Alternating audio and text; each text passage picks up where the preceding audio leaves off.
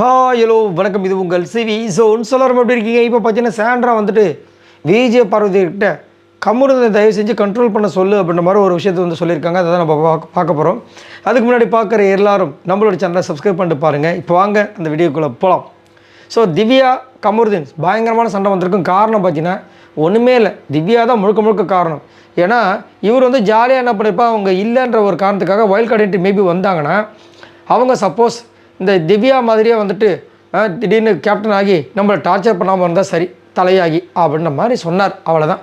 அந்த நேரத்தில் இவரோட போராத காலம் திவ்யா வந்துட்டாங்க. வந்ததுலேருந்து பார்த்தீங்கன்னா அவங்க பேசுகிற பேச்செல்லாம் அப்பப்பப்பப்பா, என்னை பற்றி நீங்கள் பேசக்கூடாதுன்னு சொன்னல, ஏன் பேசுனீங்க? பேசக்கூடாதுன்றாங்க. கண்டஸ்டண்ட்டு பிக் பாஸ் வீட்டுக்குள்ளே இருக்கும், பேசக்கூடாதா? இது என்னடா இது அப்படின்னு நம்ம இருந்துச்சு. ஒருத்தர் எஃப்ஜேன்றவர் விஜய் போகிறது கழுவி ஊற்றுனா அப்போ யாரும் கேட்கல, பேரே சொல்லக்கூடாது. இது என்னடா அது, நீங்கள் செஞ்சது தானே நாங்கள் சொன்னோம் அப்படின்னா உங்களை மாதிரியா மைக்கை மறைச்சி பேசுகிறது அப்படி ட்ரிகர் பண்ணிகிட்டே இருக்காங்க. அது நல்ல தைரியமான ஆளாக இருந்தால் நேரில் பேசணுன்றாங்க. உங்களை மாதிரி மைக்கை மறைச்சி கேவலமாக நாங்கள் விளாட்ல அப்படின்றாங்க. 2 பேரும் சேர்ந்து கேவலமாக பண்ணீங்களே அப்படின்னு என்னென்னமோ சொன்னோடனே அவர் காண்டாயிட்டார், போடினார்.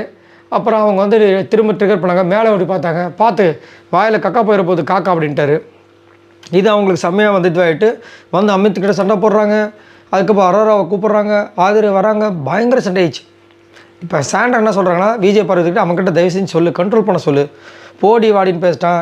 அதுக்கப்புறம் ஒன்றாவது கக்கா போடணுன்றான், என்னென்னமோ பேசிட்டான். இதெல்லாம் தப்பு இல்லைன்னா விஜய் பார்வதி என்ன சொல்கிறாங்க, ஏய் அவன் கரெக்டாக தான் இருந்தான், இவன் ட்ரிகர் பண்ணுறான், இவன் ட்ரிகர் பண்ணாமல் அவன் அந்த வார்த்தையை வர்றான் அப்படின்னும் போது புரியுதுடி, அது என்கிட்டயே அவள் பண்ணுறான்னு சொல்லிட்டு சாண்ட்ரா திவ்யாவை பற்றி சொல்கிறாங்க. என்கிட்டயே அதை ட்ரை பண்ணுறான், நான் ஜஸ்ட்டு மிஸ்ஸு.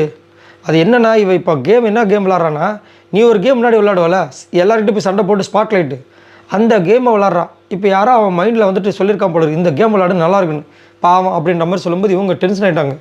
ஏய் என்னடி என்னையவா சொல்கிற அப்படின்னு.